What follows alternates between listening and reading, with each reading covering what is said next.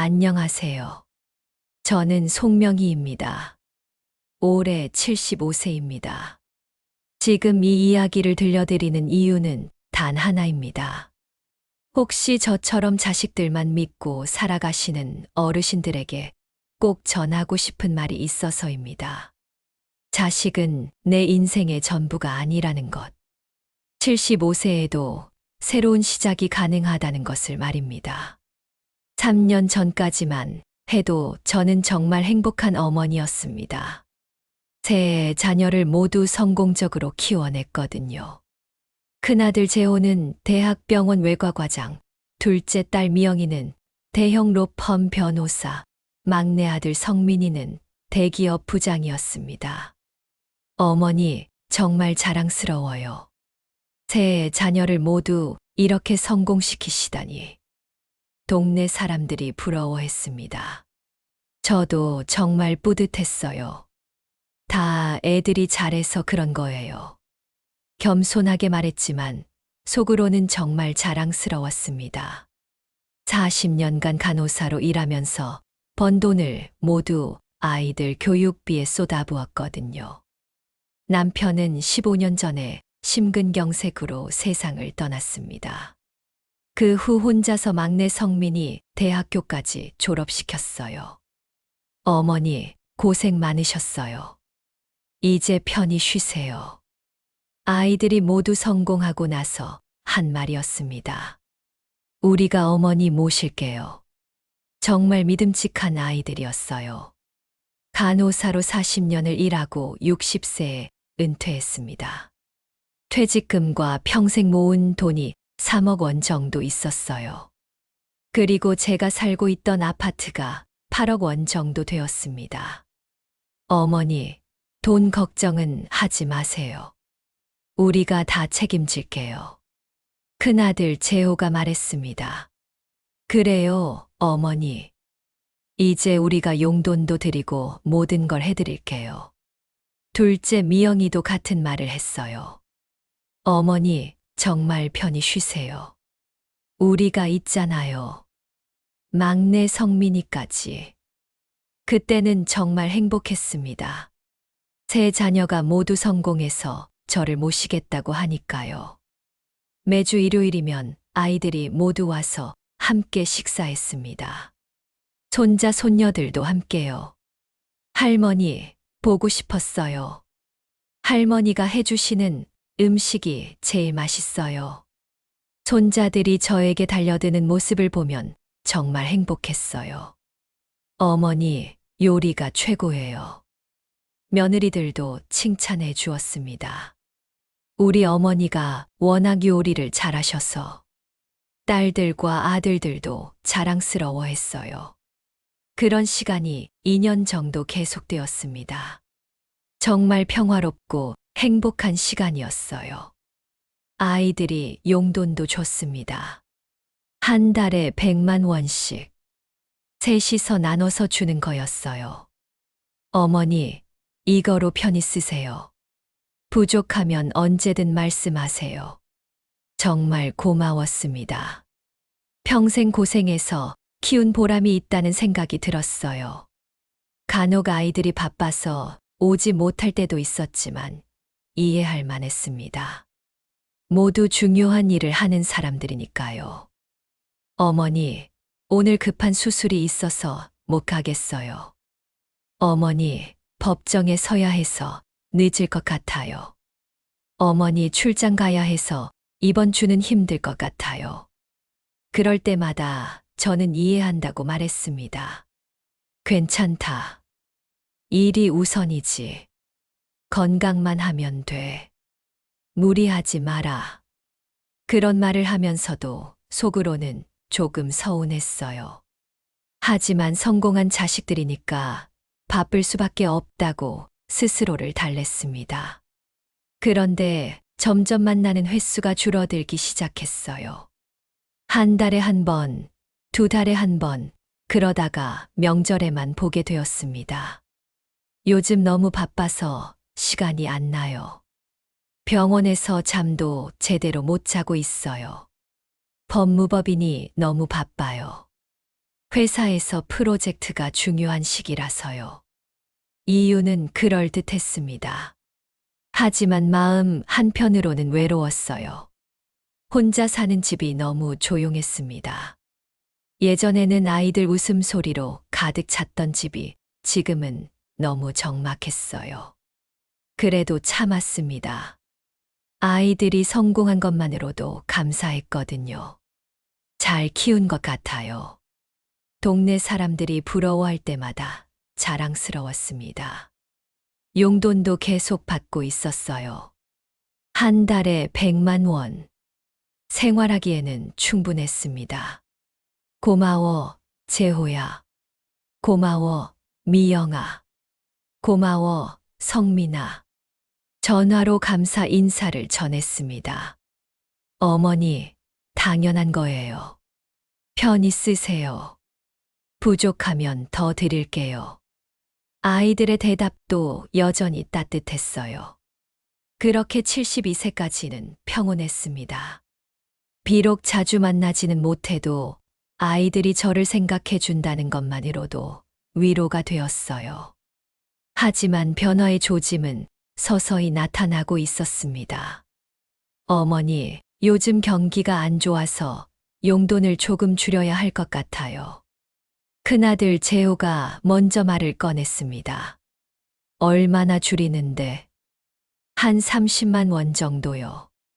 30만 원. 월 100만 원에서 70만 원으로 줄어드는 거였어요. 괜찮다. 그 정도로도 충분해. 하지만 속으로는 조금 걱정되었습니다. 왜 갑자기 경기가 안 좋다고 할까? 며칠 후 둘째 미영이도 연락했습니다. 어머니, 로펌에서 구조조정이 있어서 저도 용돈을 줄여야 할 것 같아요. 너도? 네, 죄송해요. 한 20만 원 정도 줄이겠습니다. 이제 월 50만 원이 되었습니다. 막내 성민이는 어떨까 싶었는데 일주일 후 연락이 왔어요.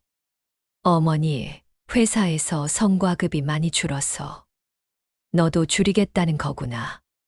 죄송해요. 조금만 참아주세요. 결국 월 30만 원으로 줄어들었습니다. 13로 줄어든 거였어요. 그래도 이해하려고 노력했습니다. 요즘 경기가 어려우니까 아이들도 힘들 거라고 생각했어요. 괜찮다. 아이들이 힘들면 어머니가 참아야지. 하지만 생활비가 부족해지기 시작했습니다. 예전보다 많이 절약해야 했어요. 그런데 정말 충격적인 일이 벌어졌습니다. 우연히 인터넷에서 큰아들 재호의 기사를 본 거예요. 병원 송재호 과장, 강남 신축 아파트 30억에 구입. 30억짜리 아파트를 샀다는 기사였어요. 사진도 함께 나와 있었습니다. 경기가 안 좋다고 했는데 이해할 수 없었습니다. 저에게는 용돈을 줄인다고 해놓고 30억짜리 아파트를 사다니. 둘째 미영이는 어떨까 싶어 검색해봤더니 더 충격적이었어요. 로펌 송미영 변호사, 해외 명품 브랜드 대표로 새 사업 시작. 명품 사업을 새로 시작했다는 기사였습니다. 투자 금액만 10억 원이라고 나와 있었어요. 구조조정이라고 했는데 이게 뭐야? 막내 성민이도 마찬가지였습니다. 그룹 송성민 부장, 승진과 함께 연봉 2억 시대 진입. 연봉이 2억이 되었다는 기사였어요. 그 순간 모든 게 무너지는 느낌이었습니다. 아이들이 저에게 거짓말을 했다는 걸 깨달았거든요. 경기가 어려운 게 아니라 그냥 저에게 주기 싫어진 거였어요. 왜 거짓말을 했을까? 밤잠을 이루지 못했습니다. 세 아이 모두 성공했는데 왜 어머니에게는 인색해진 걸까요? 다음 날 큰아들 재호에게 전화했습니다. 재호야, 어제 기사 봤다. 무슨 기사요? 30억짜리 아파트 산 기사 말이야. 전화 너머로 침묵이 흘렀습니다. 어머니, 경기가 안 좋다고 했는데 30억짜리 아파트는 어떻게 샀니? 그건 대출 받아서. 대출 받을 돈이 있으면 어머니 용돈도 줄 수 있는 거 아니야? 어머니, 그게 아니라. 재호가 말을 더듬었습니다. 뭐가 아니야? 어머니한테 거짓말한 거 아니야? 죄송해요. 결국 사실을 인정했습니다. 왜 거짓말을 했니? 그냥 부담스러워서요. 부담스럽다는 말에 가슴이 무너졌습니다. 평생 키워준 자식이 어머니를 부담스럽다고 생각한다니. 내가 부담스럽다고? 그게 아니라 어머니도 이제 편히 지내시고. 편히 지내라는 게 버려지라는 뜻이야? 그런 뜻이 아니에요. 하지만 그런 뜻으로밖에 들리지 않았습니다. 그날 밤부터 제 인생이 완전히 달라지기 시작했어요. 믿었던 아이들이 저를 버렸다는 현실을 받아들여야 했거든요. 그리고 이것은 시작에 불과했습니다. 더 큰 충격이 기다리고 있었어요. 2부 첫 번째 배신. 큰아들 재호에게 거짓말을 들킨 후 일주일이 지났습니다. 그동안 재호는 연락조차 하지 않았어요. 평소 같았으면 며칠에 한 번씩은 안부 전화를 했는데 이번에는 완전히 잠수를 탔습니다. 내가 너무 심하게 말했나? 후회가 되기 시작했어요. 아들이 성공해서 좋은 집에 사는 게 나쁜 일은 아니잖아요. 그런데 왜 그렇게 화를 냈을까 싶었습니다. 결국 제가 먼저 전화를 걸었어요. 재호야, 엄마야. 네, 어머니. 목소리가 차갑게 느껴졌습니다. 지난번에 엄마가 너무 심하게 말한 것 같아서. 미안하다. 괜찮아요. 너희들 성공한 게 엄마는 정말 자랑스럽다. 좋은 집에 사는 것도 당연한 거고. 어머니, 앞으로는 용돈 걱정 말고 너희 생활 먼저 챙겨라. 그렇게 말하니까 재호의 목소리가 조금 부드러워졌어요. 어머니, 감사해요. 뭘 감사해. 내가 너희 엄마인데. 어머니가 이해해 주셔서 정말 다행이에요. 전화를 끊고 나서 마음이 좀 편해졌습니다. 역시 가족이니까 이해하고 넘어가는 게 맞다고 생각했어요. 며칠 후 재호에게서 연락이 왔습니다. 어머니, 시간 되시면 우리 집에 놀러 오세요. 정말 새 집 구경하고 싶었는데. 네, 주말에 오세요. 오랜만에 기분이 좋았습니다. 역시 피는 물보다 진하다는 생각이 들었어요. 주말에 재혼의 새 아파트에 갔습니다. 강남의 고급 아파트 단지였어요. 와, 정말 좋네. 어떠세요, 어머니? 너무 좋다. 우리 재호가 이런 곳에 살다니. 정말 자랑스러웠습니다. 평수만 해도 50평이 넘어 보였어요. 어머니, 안으로 들어오세요. 집 안은 더욱 놀라웠습니다. 모든 가구가 명품이었고 인테리어도 정말 고급스러웠어요. 이 집이 30억이에요? 네, 그 정도 해요. 대단하다, 정말. 며느리 수진이도 반갑게 맞아주었습니다. 어머니, 오랜만이에요. 그러게, 수진아. 잘 지냈지? 네, 잘 지냈어요. 손자 지훈이와 손녀 서연이도 뛰어와서 안겼어요. 할머니, 할머니 보고 싶었어요. 정말 오랜만에 행복한 시간이었습니다. 어머니, 식사 준비했어요. 수진이가 정성스럽게 차린 식탁을 보니 감동이었어요. 고마워, 수진아. 어머니 오시는데 당연히 준비해야죠. 함께 식사하면서 이야기를 나눴습니다. 재호야, 요즘 병원은 어때? 바빠요. 수술이 너무 많아서. 몸 관리 잘 해라. 네, 걱정 마세요. 그런데 식사 중에 재호가 조심스럽게 말을 꺼냈어요. 어머니, 말씀드릴 게 있어서요. 뭔데? 어머니가 지금 사시는 집 말인데요. 갑자기 불안한 느낌이 들었습니다. 집이 왜? 혹시 팔 생각 없으세요? 팔다니, 왜 갑자기? 그냥 너무 큰 집에 혼자 사시니까 불편하실 것 같아서요. 불편하지 않은데. 하지만 관리도 어려우시고 외로우시잖아요. 무슨 말을 하려는 건지 점점 이상했어요. 그래서 작은 집으로 이사하시는 게 어떨까 해서요. 작은 집. 네, 원룸이나 투룸 정도로요. 원룸이나 투룸. 지금 30평 아파트에서 원룸으로 이사하라는 말인가요? 왜 갑자기 그런 말을 하니? 어머니가 편하실 것 같아서요.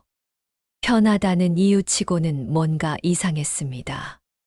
그리고 집을 팔면 돈도 생기시잖아요. 돈. 네. 그 돈으로 여유롭게 사시면 되고요. 아, 이제 본심이 나오는군요. 혹시 내 집 팔아서 나온 돈을 노리는 거야? 그런 게 아니에요. 재호가 급하게 부인했습니다. 그럼 뭐야? 정말 어머니를 위해서 하는 말이에요. 내가 어떻게 사는지는 내가 결정할 일이야. 하지만 어머니, 됐다. 그런 이야기는 그만하자. 분위기가 급격히 차갑게 변했어요. 그 후로는 대화가 이어지지 않았습니다. 어색한 침묵만 흘렀어요. 어머니, 더 계시다 가세요. 수진이가 말했지만 기분이 상해서 더 있고 싶지 않았습니다. 아니다. 집에 갈게. 벌써요? 응, 피곤해서. 그럼 재호가 바래다 드릴게요. 괜찮다. 택시 타고 갈게. 집에 돌아오는 길, 마음이 정말 복잡했어요.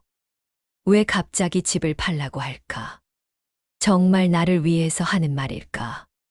아니면 다른 속셈이 있는 걸까? 며칠 후 둘째 미영이에게서 전화가 왔어요. 어머니, 오빠한테 들었어요. 뭘? 집, 이야기요. 너도 그런 생각이야? 네, 저도 오빠 말이 맞다고 생각해요. 둘째까지 같은 말을 하니까 더욱 의심스러웠습니다. 왜 다들 내 집을 팔라고 하는 거야? 어머니를 위해서예요. 내가 뭐가 불편하다고? 혼자 사시기에는 너무 큰 집이잖아요. 30평이 큰 집이야. 우리 집이 궁전이야. 그게 아니라 경제적으로도 그렇고. 경제적으로는 뭐가 문제야? 관리비도 많이 나오고 세금도 많이 내시잖아요. 관리비와 세금 이야기를 하니까 좀 더 구체적으로 들렸어요. 그럼 얼마나 절약되는데? 한 달에 50만 원 정도는 절약되실 거예요. 50만 원.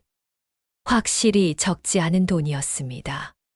그리고 집 팔면 8억 정도 나올 텐데, 작은 집 3억 정도에 사시면 5억이 남잖아요. 5억. 확실히 큰 돈이었어요. 그 돈으로 여유롭게 사시면 되잖아요. 미영이의 말이 일리가 있어 보였습니다. 한번 생각해봐요, 어머니. 그날 밤 정말 많이 고민했습니다. 아이들 말이 틀린 건 아닌 것 같았어요. 혼자 살기에는 너무 큰 집이고 경제적으로도 부담이 되는 게 사실이었거든요. 그래, 아이들이 나를 생각해서 하는 말일 거야. 결국 마음을 정했습니다. 다음 날 재호에게 전화했어요. 재호야, 엄마야. 네, 어머니. 집 이야기 말인데. 네. 한번 생각해 볼게. 정말요? 재호의 목소리가 갑자기 밝아졌습니다. 응, 너희 말이 맞는 것 같기도 하고.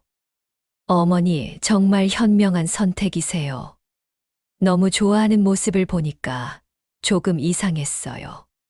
하지만 아들이 기뻐하니까 저도 기분이 좋았습니다. 그럼 제가 부동산 알아볼까요? 그래, 알아봐라. 어머니, 정말 감사해요. 전화를 끊고 나서도 계속 이상한 기분이 들었어요. 재호가 너무 좋아하는 것 같았거든요. 하지만 이미 약속한 일이니까 진행하기로 했습니다. 일주일 후 재호가 연락했어요. 어머니, 부동산에서 8억 5천만 원에 사겠다고 해요. 8억 5천만 원? 네, 시세보다 좀 높게 나왔어요. 그래, 다행이네. 빨리 계약하는 게 좋을 것 같아요. 이렇게 빨리? 네, 좋은 가격이니까 놓치면 안 돼요. 재호가 너무 서두르는 것 같았어요. 하지만 아들이 알아서 해준다니까 믿기로 했습니다. 그럼 계약하자. 어머니, 정말 잘하셨어요. 그렇게 저는 30년을 살던 집을 팔게 되었습니다. 하지만 그것이 제 인생에서 가장 큰 실수였다는 걸 그때는 몰랐어요. 3부 두 번째 충격. 집을 판 지 한 달이 지났습니다. 8억 5천만 원이 제 통장에 들어왔어요. 어머니, 이제 새 집 알아봐야죠. 재호가 말했습니다. 그래, 어디가 좋을까? 제가 몇 군데 알아봤는데요. 재호가 보여준 집들은 모두 외곽 지역이었어요. 왜 이렇게 멀어? 어머니, 시내는 너무 비싸요. 얼마나 비싼데? 투룸도 5억은 해요. 5억이면 제가 생각했던 것보다 훨씬 비쌌어요. 그럼 이런 곳은 얼마야? 2억에서 3억 정도요. 그럼 5억에서 6억이 남네. 네, 그렇죠. 숫자로 계산하니까 나쁘지 않은 것 같았어요. 그런데 여기는 너무 외져서. 어머니, 요즘은 교통이 좋아서 괜찮아요. 그래도 병원이나 마트 가기 불편할 것 같은데. 가끔 가는 거니까 괜찮을 거예요. 재호가 자꾸 외곽으로 가자고 하는 게 이상했어요. 하지만 아들이 추천하는 거니까 나쁘지 않을 거라고 생각했습니다. 결국 경기도 외곽의 투룸 아파트로 정했어요. 가격은 2억 8천만 원이었습니다. 어머니, 좋은 선택이세요. 그래? 정말 괜찮을까? 네, 조용하고 공기도 좋아요. 계약을 하고 나니 5억 7천만 원이 남았습니다. 어머니, 이 돈으로 편히 사세요. 고마워, 재호야. 어머니가 현명하게 결정하셨어요. 새 집으로 이사하는 날, 정말 많은 것들을 버려야 했어요. 30평에서 투룸으로 가니까 절반 이상을 버릴 수밖에 없었습니다. 어머니, 이건 다 버리시는 게 좋을 것 같아요. 재호가 말했습니다. 이 소파는 아직 쓸만한데? 너무 커서 들어가지 않을 거예요. 그럼 이 식탁은? 그것도 크고요. 결국 가장 기본적인 것들만 가져갔습니다. 새 집에 도착해보니 정말 작았어요. 예전 집 거실만한 크기였습니다. 어머니, 어떠세요? 좀 작네. 익숙해지시면 괜찮을 거예요. 하지만 며칠 지나도 익숙해지지 않았어요. 모든 게 불편했습니다. 가장 힘든 건 위치였어요. 마트 가려면 버스를 2번 갈아타야 했고, 병원은 더 멀었습니다. 재호야, 여기 너무 불편해. 왜요? 마트도 멀고, 병원도 멀고. 택시 타시면 되잖아요. 매번 택시 타기는 부담스러워. 어머니, 금방 적응하실 거예요. 재호는 별로 신경 쓰지 않는 것 같았어요. 더 충격적인 건 따로 있었습니다. 이사 온 지 일주일 후 재호에게서 전화가 왔어요. 어머니, 잠시 뵐 수 있을까요? 왜? 무슨 일이야? 중요한 이야기가 있어서요. 그럼 집으로 와라. 아니요, 제가 가까운 곳에서 만나요. 왜 집에 오지 않으려고 하는지 이상했어요. 근처 카페에서 만났습니다. 어머니, 죄송한 말씀을 드려야 할 것 같아서요. 무슨 말? 용돈 말인데요. 또 용돈 이야기인가 싶어서 짜증이 났습니다. 이제 또 뭐야? 앞으로는 용돈을 못 드릴 것 같아요. 뭐라고? 정말 죄송해요. 왜 갑자기? 어머니께서 집도 파시고 돈도 많이 생기셨잖아요. 아, 그래서 집을 팔라고 한 거구나. 갑자기 모든 게 이해되었어요. 그래서 내 집을 팔라고 한 거야? 그게 아니라 어머니가 경제적으로 여유로워지셨으니까. 여유로워졌다고 자식이 어머니 용돈을 안 줘도 되는 거야? 어머니, 화내지 마세요. 화를 안 낼 수가 있어. 지금까지 용돈 주려고 집을 팔라고 한 거잖아. 그런 게 아니에요. 그럼 뭐야? 정말 어머니를 위해서 했어요. 거짓말하지 마. 용돈 안 주려고 집 팔라고 한 거잖아. 목소리가 높아졌습니다. 카페에 있던 사람들이 쳐다봤어요. 어머니, 조용히 해주세요. 조용히 하라고. 내가 지금 조용히 할 상황이야? 다른 사람들이 보고 있어요. 보면 어때? 내 자식이 나를 속였는데. 그때 재호가 차갑게 말했습니다. 어머니, 이제 충분히 도와드렸다고 생각해요. 뭐라고? 어머니를 위해서 집도 팔아드리고, 새 집도 구해드리고. 내가 언제 도와달라고 했어? 어머니가 혼자서는 할 수 없으니까 제가 도와드린 거잖아요. 도와줬다고 속였잖아. 속인 게 아니라 어머니를 위한 일이었어요. 내가 뭘 위한 건지는 내가 결정할 일이야. 어머니, 이제 그만하세요. 재호가 일어났습니다. 어디가? 더 이상 이야기할 게 없는 것 같아서요. 야, 송재호. 하지만 재호는 그냥 나가버렸어요. 카페에 혼자 남겨졌습니다. 집에 돌아와서 혼자 울었습니다. 큰아들에게 완전히 속았다는 걸 깨달았거든요. 용돈을 안 주려고 집을 팔라고 한 거였어요. 그리고 외곽으로 이사시킨 것도 마찬가지였습니다. 자주 만나기 싫어서 멀리 보낸 거였어요. 그날 밤 둘째 미영이에게 전화했습니다. 미영아, 엄마야. 네, 어머니. 오빠가 용돈 안 준다는데 너는 어떻게 생각해? 어머니. 미영이의 목소리가 어색했어요. 혹시 너도 그런 생각이야? 어머니께서 돈이 많이 생기셨으니까. 너도 그런 거구나. 어머니, 저희기도 살기가 쉽지 않아요. 살기 쉽지 않다고. 너희들 다 성공했잖아. 하지만 지출이 많아서. 지출이 많으면 어머니는 굶어 죽으라는 거야? 그런 게 아니라 어머니께서 자립하시는 게 자립, 75세에 자립하라고? 나보고 75세에 자립하라는 거야? 어머니, 다른 어르신들도 다 그렇게 사세요. 다른 어르신들은 자식이 없어서 그런 거잖아. 어머니. 됐다. 너희들 마음은 알겠다. 전화를 끊었습니다. 막내 성민이에게도 전화해봤지만 마찬가지였어요. 어머니, 형들하고 누나 말이 맞는 것 같아요.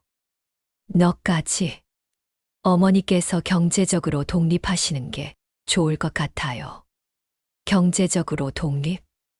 네, 그게 어머니를 위해서도. 됐다. 전화를 끊어버렸습니다. 세 자녀가 모두 저를 버린 거였어요. 용돈을 안 주겠다는 것뿐만 아니라 아예 연락도 안 하겠다는 뜻으로 들렸습니다.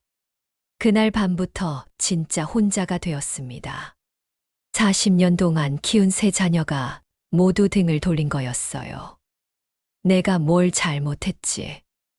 아무리 생각해도 모르겠었습니다. 평생 자식들만을 위해 살았는데 왜 이런 일이 생겼을까요? 5억 7천만 원이 있다고 해도 75세에 혼자 살기에는 막막했습니다. 월 생활비를 150만 원 정도로 잡아도 30년을 버틸 수 있는 돈이었지만 병원비나 기타 비용을 생각하면 그리 많은 돈도 아니었어요. 무엇보다 마음이 너무 아팠습니다. 세 자녀가 모두 저를 버렸다는 현실이 받아들여지지 않았거든요. 그런데 정말 끔찍한 일은 따로 있었어요. 일주일 후 원래 살던 동네에 볼 일이 있어서 갔다가 우연히 큰아들 재호를 봤는데 제가 팔았던 그 아파트 앞에 서 있는 거였어요. 재호야. 불러봤지만 재호는 못 들은 척하고 아파트 안으로 들어갔습니다. 이상해서 아파트 관리사무소에 물어봤어요. 혹시 1502호에 누가 이사 왔는지 아세요? 아, 송재호 씨요?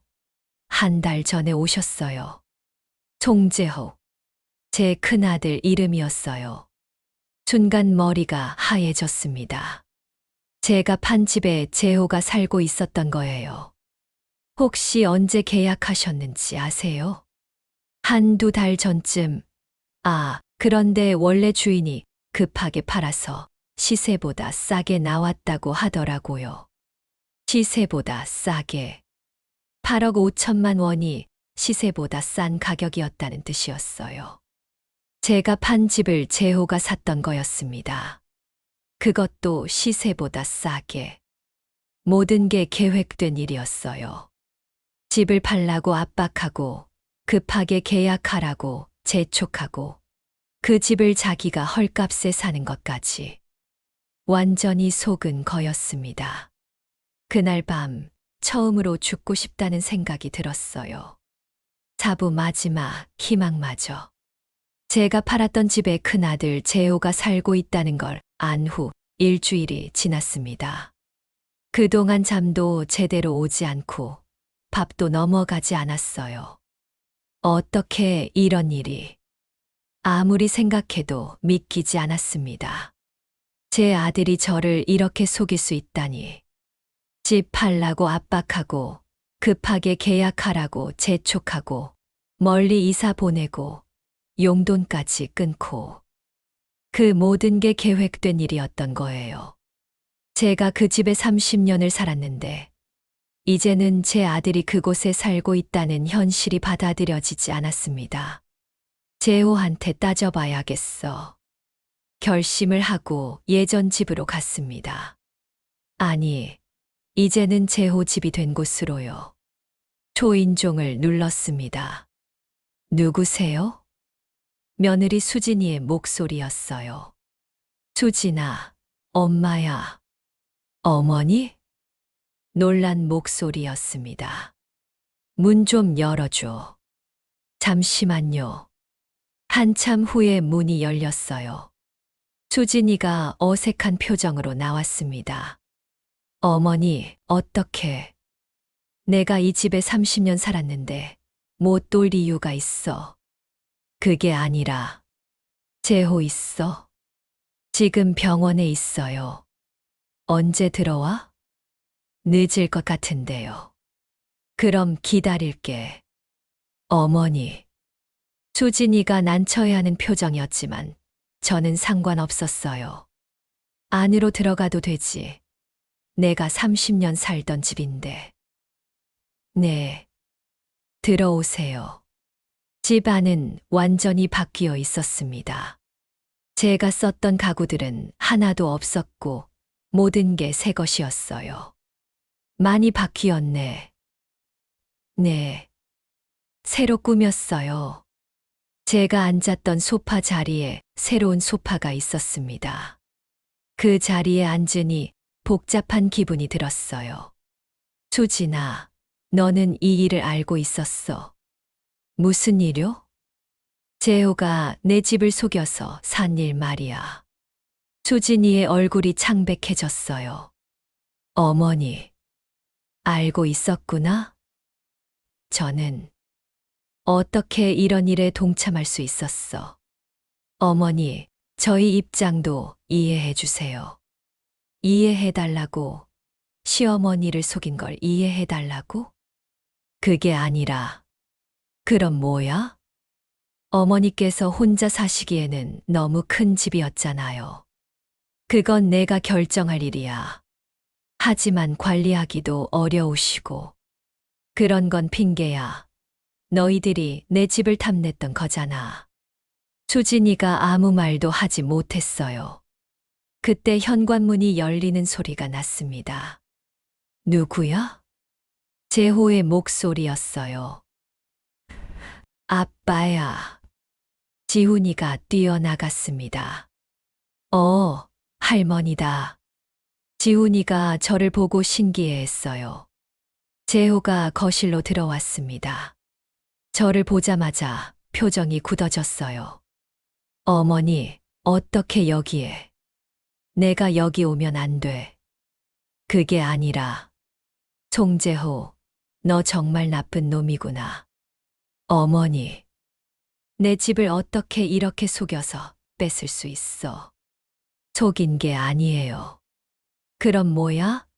내가 팔라고 하지도 않았는데 팔라고 압박하고, 급하게 계약하라고 재촉하고, 그 집을 네가 사는 게 정상이야? 어머니를 위해서 한 일이에요. 나를 위해서 내 집을 뺏는 거야. 집을 뺏은 게 아니라 돈을 들인 거잖아요. 시세보다 싸게 사면서 돈을 줬다고? 재호가 당황하는 표정을 지었어요. 어떻게 알았어요? 그게 중요해. 내가 나를 속였다는 게 중요한 거야. 어머니, 진정하세요. 진정하라고. 내가 지금 진정할 상황이야? 목소리가 높아지자 손자 지훈이와 손녀 서연이가 무서워하는 표정을 지었어요. 어머니, 아이들이 보고 있어요. 아이들이 보면 어때? 아빠가 할머니를 어떻게 속였는지 봐야지. 어머니, 송재호, 너는 이제 내 아들이 아니야. 어머니, 그런 말씀 하지 마세요. 왜? 내가 틀린 말 했어. 어머니를 이렇게 속이는 놈이 아들이야? 재호가 차갑게 말했습니다.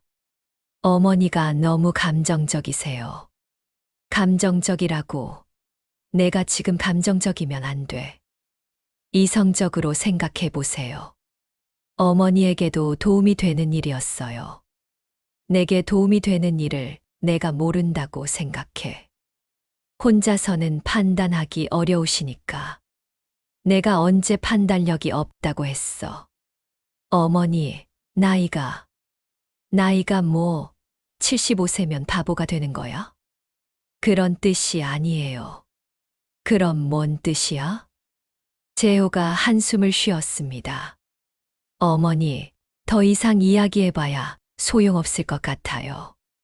소용없다고 내가 나를 속인 걸 사과도 안 할 거야? 사과할 일이 아니라고 생각해요. 뭐라고? 어머니를 위해서 한 일인데 왜 사과해야 해요? 순간 머릿속이 하얘졌습니다. 너, 정말. 어머니, 이제 그만 가세요. 가라고? 네, 이제 어머니 집이 아니잖아요.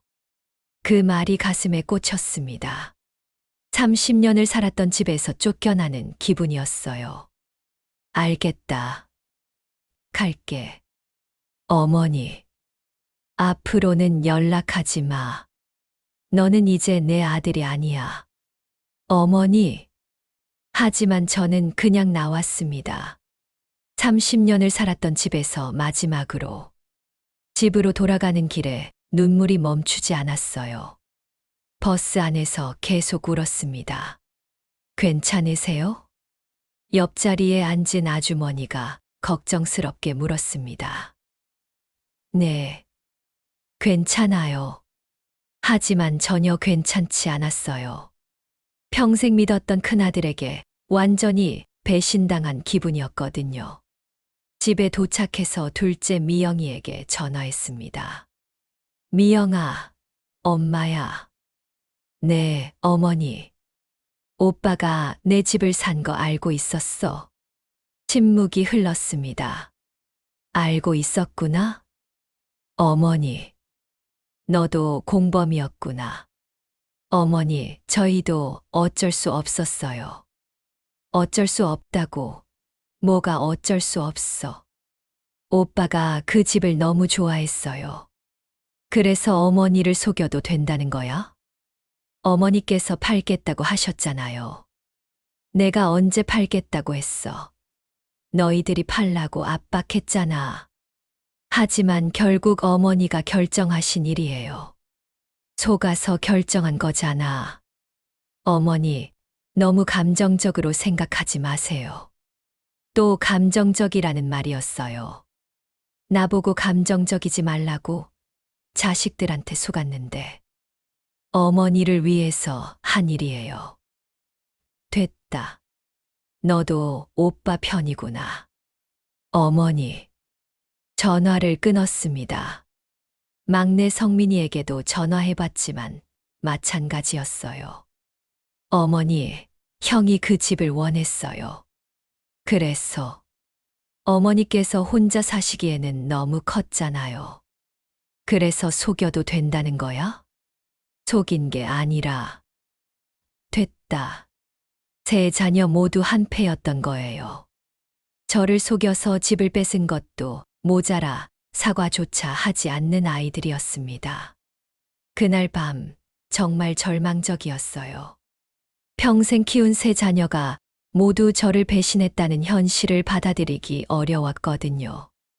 내가 뭘 잘못했지? 아무리 생각해도 모르겠었습니다. 40년간 간호사로 일하면서 번 돈을 모두 아이들한테 썼어요. 제 용돈은 늘 아껴 쓰면서 아이들 교육비는 아끼지 않았습니다. 대학 등록금, 유학비용, 결혼자금까지 모두 제가 댔어요. 그래서 제 통장에는 3억밖에 남지 않았던 거였고요. 그런데 이제 와서 자식들이 저를 버렸습니다. 용돈도 끊고 집도 뺏고 연락도 안 하겠다고 하고 75세에 혼자 어떻게 살아? 앞이 막막했습니다. 5억 7천만 원이 있다고 해도 언제까지 버틸 수 있을지 모르겠었어요. 무엇보다 마음이 너무 아팠습니다. 세상에서 가장 믿었던 사람들에게 배신당한 기분이었거든요. 그날 밤 처음으로 심각하게 죽음을 생각했어요. 이렇게 사는 게 무슨 의미가 있을까 싶었습니다. 하지만 아직 죽을 수는 없었어요. 이렇게 당하고만 있을 수는 없었거든요. 복수를 해야겠어. 그런 생각이 들었습니다. 저를 이렇게 속인 아이들에게 복수를 해야겠다고. 하지만 75세 혼자서 무슨 복수를 할 수 있을까요? 그냥 혼자 쓸쓸히 죽어가는 게 제 운명인 것 같았어요. 오후 혼자 남겨진 밤. 자식들에게 완전히 버림받은 지 한 달이 지났습니다. 그동안 한 번도 연락이 오지 않았어요.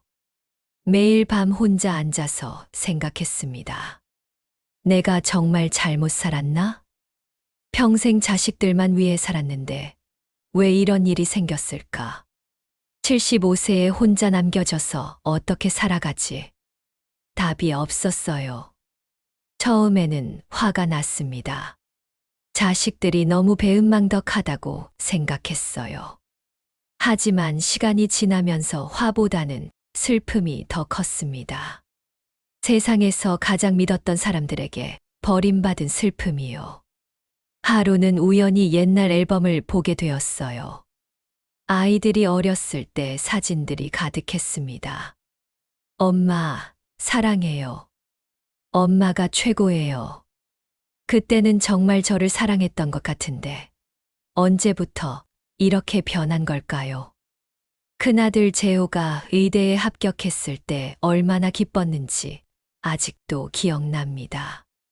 어머니, 의대에 붙었어요. 정말, 우리 재호가? 네, 어머니 덕분이에요. 그때는 정말 자랑스러웠어요. 제가 40년간 간호사로 일한 보람이 있다고 생각했거든요. 둘째 미영이가 사법고시에 합격했을 때도 마찬가지였어요. 엄마, 합격했어. 정말, 우리 미영이가 변호사가 되는 거야. 네, 엄마가 없었으면 불가능했을 거예요. 막내 성민이가 대기업에 취직했을 때도 얼마나 기뻤는지 몰라요. 어머니 취직했어요. 어디에? 그룹이요. 와, 정말 대단하다. 그때는 정말 행복했습니다. 세 자녀가 모두 성공했으니까요. 하지만 언제부터인지 아이들이 변하기 시작했어요. 성공하면서 점점 저를 무시하기 시작한 것 같았습니다. 마치 자신들이 성공한 것이 당연한 일이고 제 도움은 별것 아니었던 것처럼 행동했어요. 어머니는 이런 건 모르실 거예요. 어머니, 시대와는 달라요. 요즘은 어머니가 생각하시는 것과 달라요. 그런 말들을 자주 들었습니다. 마치 저를 무식한 사람 취급하는 것 같았어요. 간호사로 40년을 일했는데 무식하다니. 아이들 교육비를 대느라 제 공부는 못했지만 그렇다고 무식한 건 아니잖아요. 결혼할 때도 마찬가지였어요. 어머니, 결혼 준비는 저희가 알아서 할게요. 엄마도 도와줄 게 있으면. 괜찮아요. 어머니는 신경 쓰지 마세요.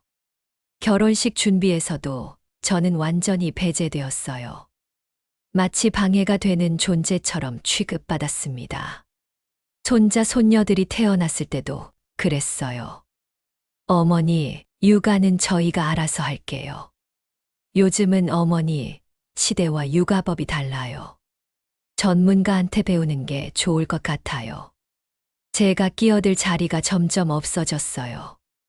그러면서도 돈은 계속 요구했습니다. 어머니, 집 좀 사려고 하는데 보태주실 수 있어요? 어머니, 아이 교육비 좀 도와주세요. 어머니, 사업 자금이 좀 필요해서요. 그럴 때마다 저는 기꺼이 도와줬어요. 제 노후 자금을 줄여가면서라도 아이들을 도왔습니다. 그런데 이제 와서 저를 이렇게 버리다니. 돈이 필요할 때는 어머니고, 이제 필요 없으니까 버리는 거구나. 그런 생각이 들었어요. 혼자 있는 시간이 길어지면서 우울해지기 시작했습니다. 하루 종일 집에만 있으니까 사람과 대화할 일이 없었어요. 오늘 하루도 아무와 말 안 했네. 그런 날들이 계속되었습니다. 마트 가서 계산할 때나 병원에서 진료받을 때만 잠깐 말을 할 뿐이었어요. 안녕하세요. 네, 안녕하세요. 그게 전부였습니다. 예전에는 아이들과 매일 통화했는데, 이제는 완전히 단절되었어요. 핸드폰을 봐도 연락 온 게 없었습니다. 내가 죽어도 아무도 모르겠네. 그런 생각이 들었어요. 실제로 며칠씩 집에서 나가지 않는 날들이 있었습니다. 나갈 이유도 없었고, 만날 사람도 없었거든요. 내가 언제 죽을까? 죽음에 대해 자주 생각하게 되었어요.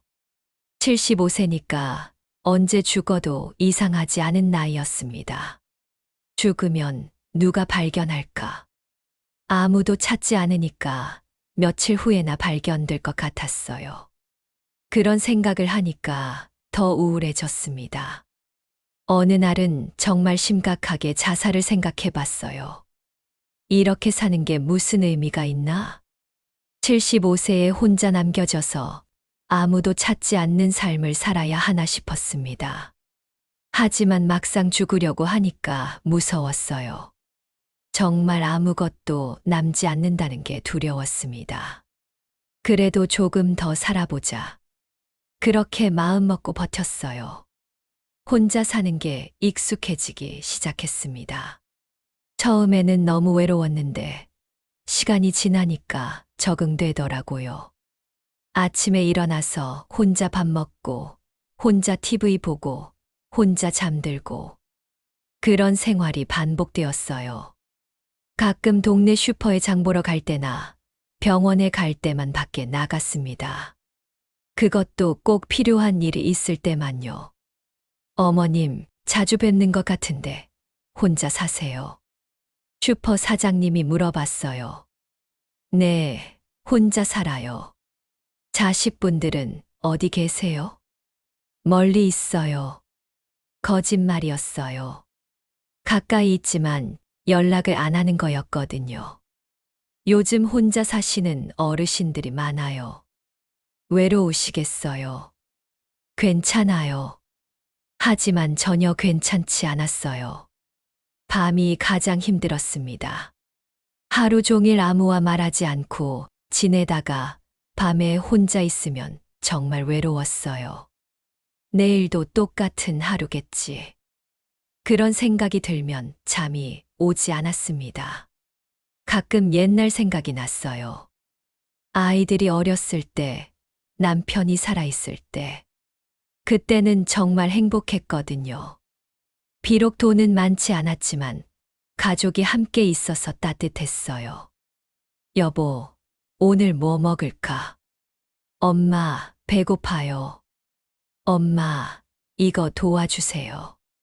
그런 소리들로 가득했던 집이 이제는 너무 조용했습니다. 3개월이 지나면서 조금씩 마음이 정리되기 시작했어요. 그래, 이제 자식들은 없는 셈 치자. 75세부터는 내 인생을 살자. 그런 생각이 들었습니다. 하지만 막상 내 인생을 산다는 게 뭔지 모르겠었어요. 평생 자식들만 위해 살았는데, 이제 와서 내가 뭘 하고 싶은지 모르겠더라고요. 내가 정말 하고 싶었던 게 뭐였지? 아무리 생각해도 떠오르지 않았어요. 40년간 간호사로 일하고, 그 외에는 오직 자식들만 생각하며 살았거든요. 취미도 없었고, 친구도 없었어요. 모든 시간을 일과 육아에 쏟아부었으니까요. 이제 와서 뭘 해야 하지? 막막했습니다. 하지만 분명한 건 하나 있었어요. 더 이상 자식들에게 의존하지 않겠다는 것. 내 힘으로 살아보자. 75세에 새로운 인생을 시작한다는 게 말이 안 되지만 다른 선택이 없었어요. 자식들은 이미 저를 버렸으니까 이제는 정말 혼자서 살아가야 했습니다. 그렇게 마음먹고 나니까 조금씩 용기가 생기기 시작했어요. 육부 생존을 위한 선택. 혼자 살기로 결심한 지 한 달이 지났습니다. 하지만 현실은 생각보다 힘들었어요. 가장 큰 문제는 경제적인 부분이었습니다. 5억 7천만 원이 있다고 해도 75세부터 언제까지 살지 모르는 상황에서는 불안했어요. 한 달에 얼마나 써야 하지? 계산해 봤습니다. 집 관리비, 전기세, 가스비, 통신비 등 고정비가 월 50만 원 정도. 식비와 생활비가 80만 원 정도.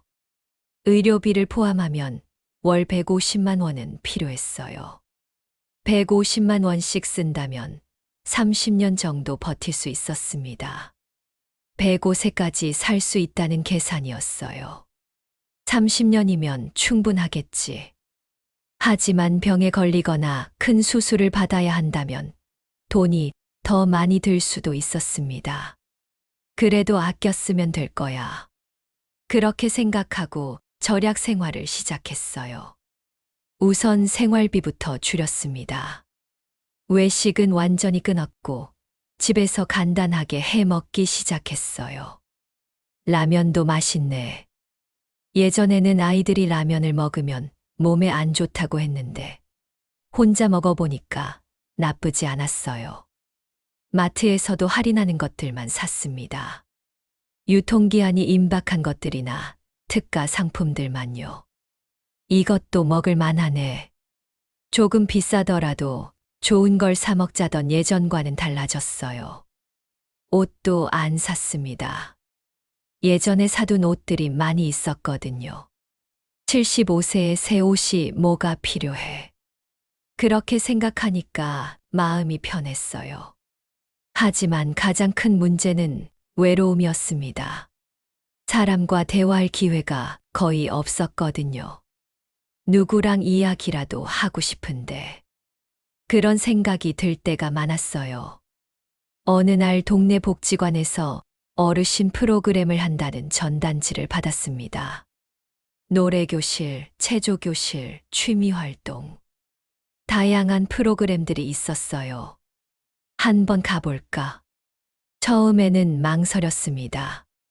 사람들과 어떻게 어울려야 할지 모르겠었거든요. 하지만 너무 외로워서 결국 가보기로 했어요. 복지관에 가니까 저와 비슷한 나이의 어르신들이 많이 계셨어요. 어서 오세요. 처음 오시는 분이네요. 직원분이 반갑게 맞아주었습니다. 네, 처음 와봤어요. 어떤 프로그램에 관심 있으세요? 잘 모르겠는데요. 일단 견학부터 해보시죠. 노래교실을 구경했는데 어르신들이 즐겁게 노래하고 계셨어요. 고향의 봄, 그리운 금강산. 제가 아는 노래들이었어요. 어머님도 함께 해보실래요? 저는 노래를 잘 못해서. 괜찮아요. 다들 처음에는 그러세요. 결국 노래교실에 참여하게 되었어요. 안녕하세요. 새로 오신 분이네요. 옆자리에 앉으신 할머니가 말을 걸어주셨어요. 네, 송명이라고 해요. 저는 박순덕이에요. 반가워요. 오랜만에 누군가와 대화하니까 기분이 좋았어요. 여기 자주 오세요? 네, 일주일에 2번씩 와요. 집에만 있으면 답답해서요. 저도 그래요. 혼자 사세요? 네, 혼자 살아요. 저도요. 남편이 작년에 돌아가셔서요. 비슷한 처지인 것 같아서 더 친근하게 느껴졌어요. 노래교실이 끝나고 나서 박순덕 할머니와 함께 차를 마셨습니다. 자식들은 어디 계세요? 있긴 한데 바빠서 잘 못 만나요. 완전히 거짓말은 아니었어요. 정말 못 만나는 건 맞으니까요. 요즘 자식들이 다 그래요. 바쁘다고 부모는 뒷전이에요. 순덕 씨는 어때요? 저도 딸이 하나 있는데 미국에 살아요. 1년에 한 번 올까 말까 해요. 그러시는군요. 그래서 이런 곳에 와요. 사람들과 어울리려고요. 좋은 생각이세요. 어머님도 자주 오세요. 혼자 있으면 우울해져요. 정말 그런 것 같았어요. 그날부터 일주일에 2번씩 복지관에 나가기 시작했어요. 노래교실과 체조교실에 참여했습니다. 명희 씨, 오늘도 오셨네요. 순덕 씨도 안녕하세요. 인사할 사람이 생기니까 기분이 좋았어요. 복지관에서 다른 분들과도 친해졌습니다. 명희 씨는 무슨 일 하셨어요? 간호사 했어요. 와, 그럼 의료 쪽을 잘 아시겠네요. 조금은 알죠. 저 요즘 무릎이 아픈데 어떻게 하면 좋을까요?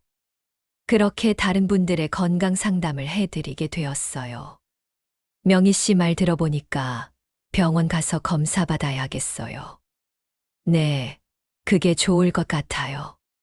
간호사로 40년을 일한 경험이 도움이 되었습니다. 복지관 직원분도 제게 관심을 보이기 시작했어요. 명희 씨, 간호사 출신이시라고 들었는데요. 네, 그래요. 혹시 어르신들 건강교육 같은 거 도와주실 수 있을까요? 건강교육이요? 네, 전문적인 지식이 있으시니까요. 생각해 볼 만한 제안이었어요. 어떤 내용으로 하면 될까요? 고혈압, 당뇨병 관리법이나 낙상 예방법 같은 거요. 그 정도는 할 수 있을 것 같아요. 그렇게 복지관에서 건강교육을 하게 되었습니다. 처음에는 10명 정도의 어르신들 앞에서 이야기했어요. 고혈압이 있으신 분들은 짠 음식을 피하셔야 해요. 당뇨병이 있으면 정기적으로 혈당을 체크하세요. 낙상을 예방하려면 집안의 문턱을 없애는 게 좋아요. 간단한 내용이었지만 어르신들이 관심 있게 들어주셨어요. 명희 선생님 말씀이 정말 도움이 돼요. 병원에서는 이렇게 자세히 안 알려주는데 다음에도 또 해주세요. 그런 반응을 보니까 뿌듯했어요. 복지관 원장님도 만족해 하셨습니다. 명희 씨 덕분에 어르신들이 건강에 대해 많이 관심 갖게 되셨어요. 제가 도움이 될 수 있어서 좋아요. 혹시 정기적으로 해주실 수 있을까요? 네, 좋아요. 그렇게 일주일에 한 번씩 건강교육을 하게 되었습니다. 처음에는 봉사활동이었지만 몇 달 후에는 강사료도 받게 되었어요. 명희 씨, 이거라도 받으세요. 아니에요. 봉사하는 거인데요. 아니에요. 전문 강사료로 드리는 거예요. 한 번에 5만 원씩 받게 되었습니다. 한 달에 20만 원 정도의 수입이 생긴 거예요. 20만 원이라도 있으면 도움이 되겠네. 생활비에 조금이라도 보탬이 되었습니다. 더 중요한 건 생활에 활력이 생겼다는 거였어요. 할 일이 생기고 만날 사람들이 생기니까 우울함이 많이 줄어들었습니다. 내가 75세에 새로운 일을 시작하네. 신기한 기분이었어요. 평생 자식들만 생각하며 살았는데 이제는 다른 사람들을 도우면서 보람을 느끼고 있었습니다. 자식들이 없어도 살 수 있겠네. 그런 생각이 들기 시작했어요. 물론 아직도 자식들이 그리웠습니다. 특히 밤에 혼자 있을 때는 더욱 그랬어요. 하지만 예전처럼 절망적이지는 않았습니다. 제 나름대로의 삶을 찾아가고 있었거든요. 이제 시작인 것 같아. 75세의 새로운 시작이라니 말이 안 되는 것 같았지만 현실이었어요. 일부 작은 희망의 씨앗. 복지관에서 건강교육을 시작한 지 6개월이 지났습니다. 이제는 제법 익숙해졌어요. 명희 선생님, 오늘은 뭘 배워요? 오늘은 겨울철 건강관리에 대해 알아볼게요. 어르신들이 저를 명희 선생님이라고 부르기 시작했어요. 오랜만에 누군가에게 인정받는 기분이었습니다. 선생님, 저 혈압약 먹는데 언제 먹는 게 좋아요? 아침에 드시는 게 좋아요. 그리고 꼭 정해진 시간에 드세요. 네, 감사합니다.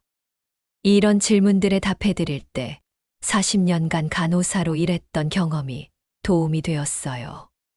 어느 날 복지관 원장님이 저를 따로 불렀습니다. 명희 씨, 잠시 이야기 좀 할까요?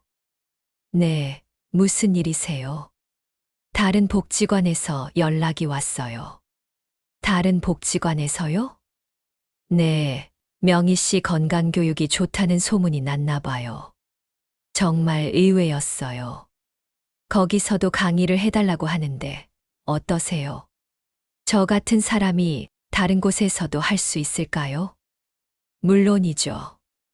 명희 씨는 전문가잖아요.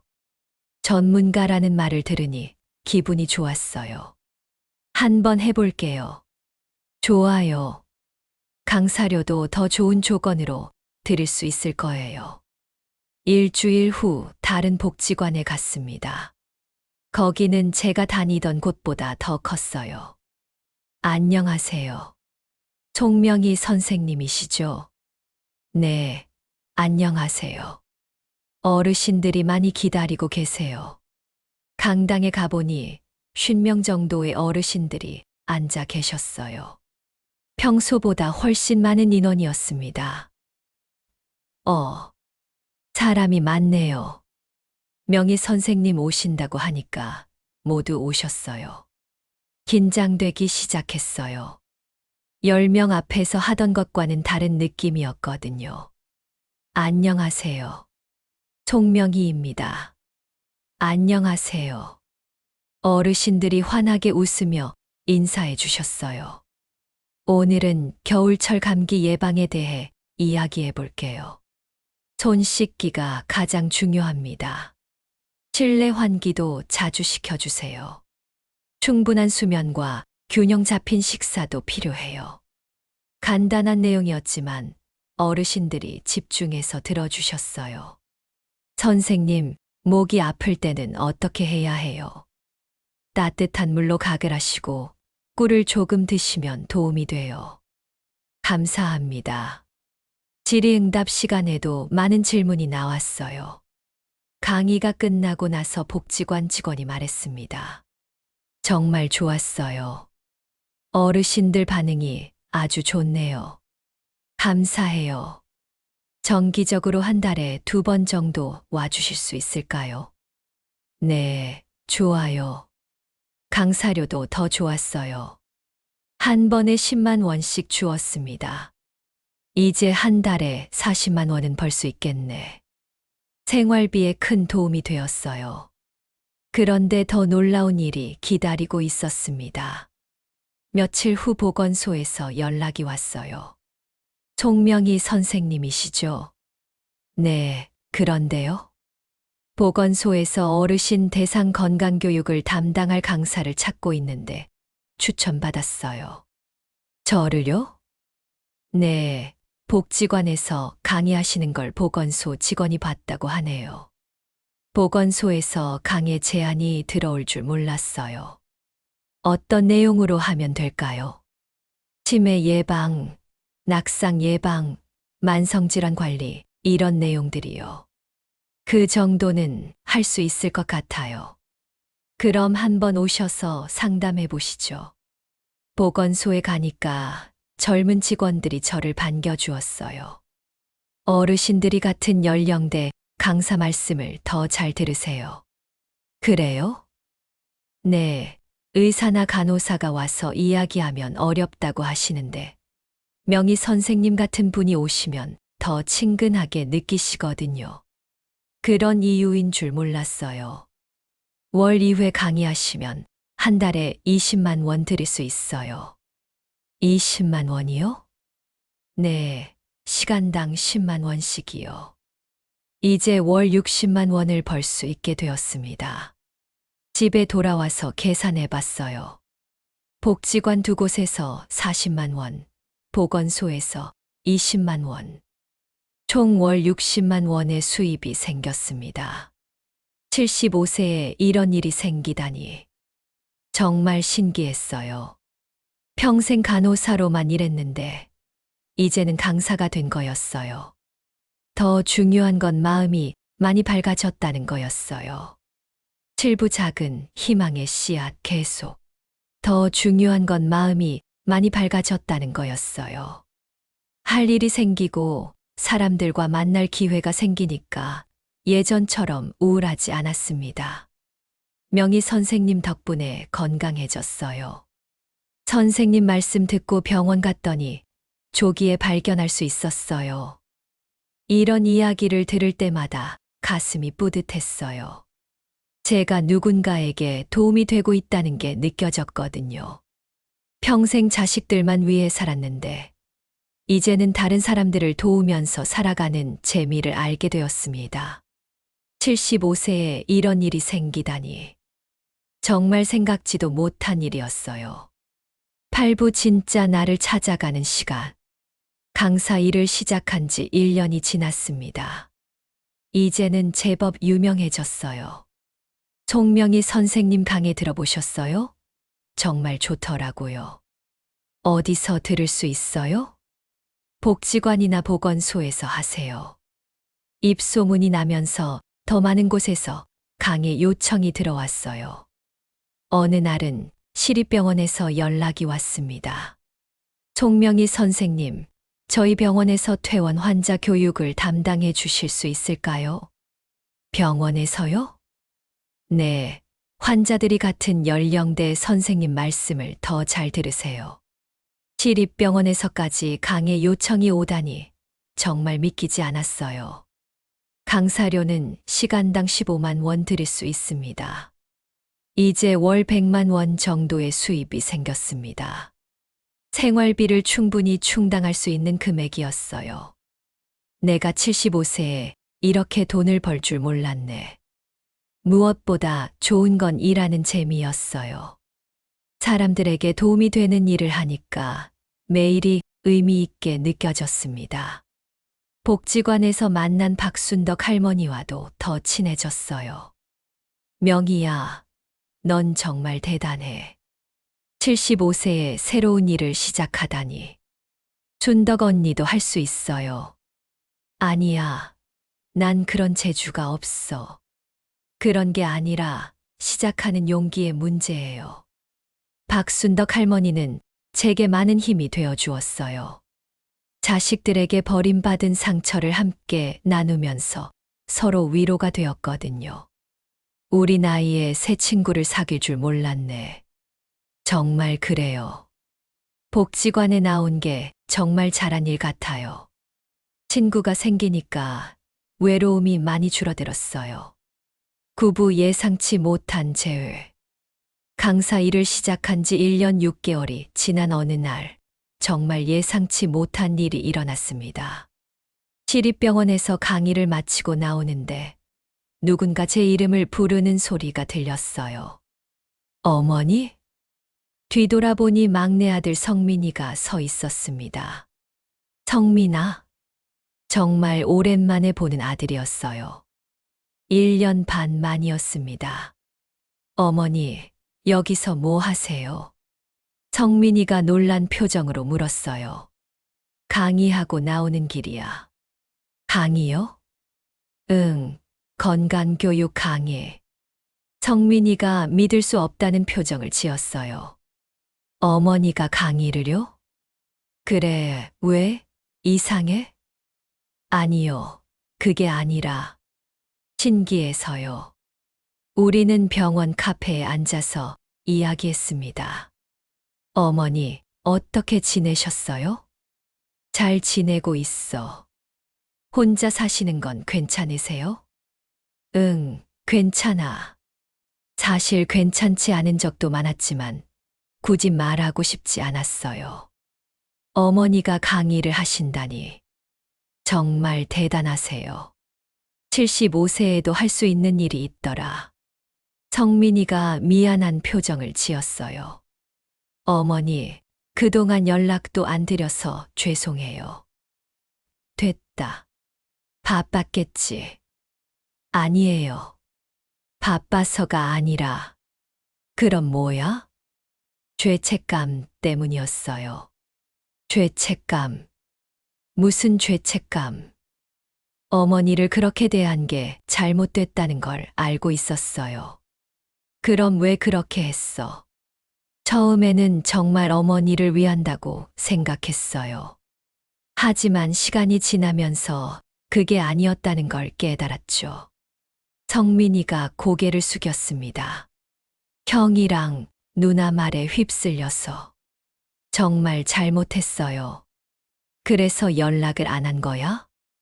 어떤 얼굴로 어머니를 봐야 할지 모르겠어서요. 성민이의 목소리가 떨렸어요.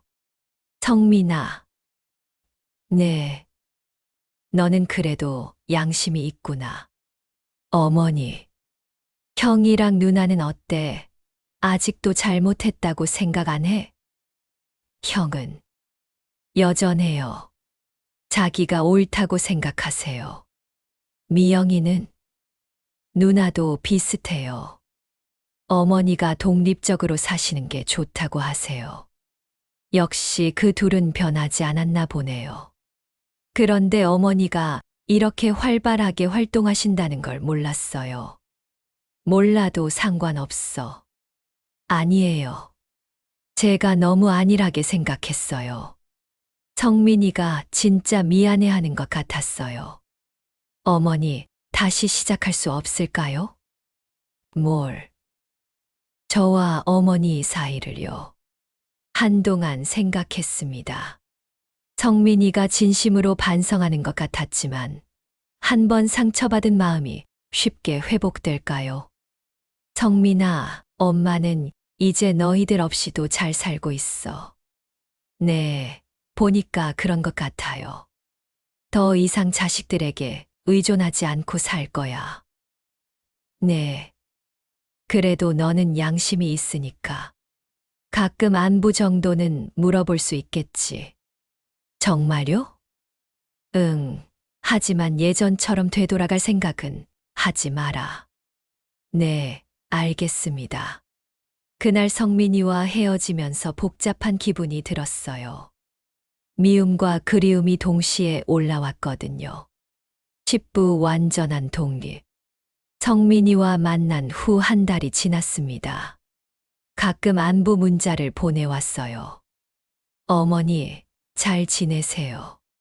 건강 조심하시고요. 응, 너도 건강해라. 짧은 대화였지만 완전히 연락이 끊어진 것보다는 나았어요. 그런데 어느 날 큰아들 재호에게서 연락이 왔습니다. 어머니, 저예요. 뭔 일이야? 성민이한테 들었어요. 어머니가 강의하신다고. 그래서 대단하시네요. 무슨 소리야? 정말 존경스러워요. 갑자기 왜 이런 말을 하는지 이상했어요. 재호야, 갑자기 웬 소리야? 어머니, 그동안 정말 죄송했습니다. 제가 너무 이기적이었어요. 재호가 사과한다고? 어머니, 집 문제도 정말 잘못됐다고 생각해요. 지금 와서 그런 소리 하는 거야? 늦었지만 사과드리고 싶어서요. 사과로 되는 일이야? 아니에요. 하지만 그래도 됐다. 너는 내 식대로 잘 살아라. 어머니. 그리고 앞으로 연락하지 마. 나는 이제 혼자서도 잘 살 수 있으니까. 전화를 끊었습니다. 재호가 사과한다고 해서 용서할 생각은 없었어요. 너무 늦었거든요. 둘째 미영이에게서도 비슷한 연락이 왔지만 마찬가지로 거절했습니다. 미안하다고 해서 다 해결되는 건 아니야. 이제 정말 자식들과는 인연을 끊기로 했어요. 성민이와는 가끔 안부 정도만 주고받고 나머지 둘과는 완전히 단절하기로 했습니다. 11부 진정한 행복의 의미. 강사 일을 시작한 지 2년이 지났습니다. 이제는 여러 곳에서 정기적으로 강의하고 있어요. 월 수입도 120만 원 정도로 늘어났습니다. 생활비로 충분한 금액이었어요. 명희 선생님, 책 한 권 써보시는 게 어때요? 출판사에서 연락이 왔습니다. 책이요? 네, 어르신 건강관리에 대한 시용서요. 제가 책을 쓸 수 있을까요? 물론이죠. 선생님의 강의 내용을 정리하면 될 것 같아요.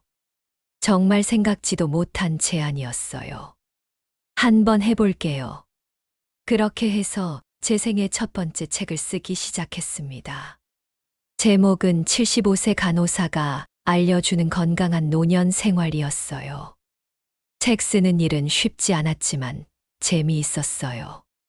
40년간의 경험을 정리하는 시간이었거든요. 6개월 후 책이 나왔습니다.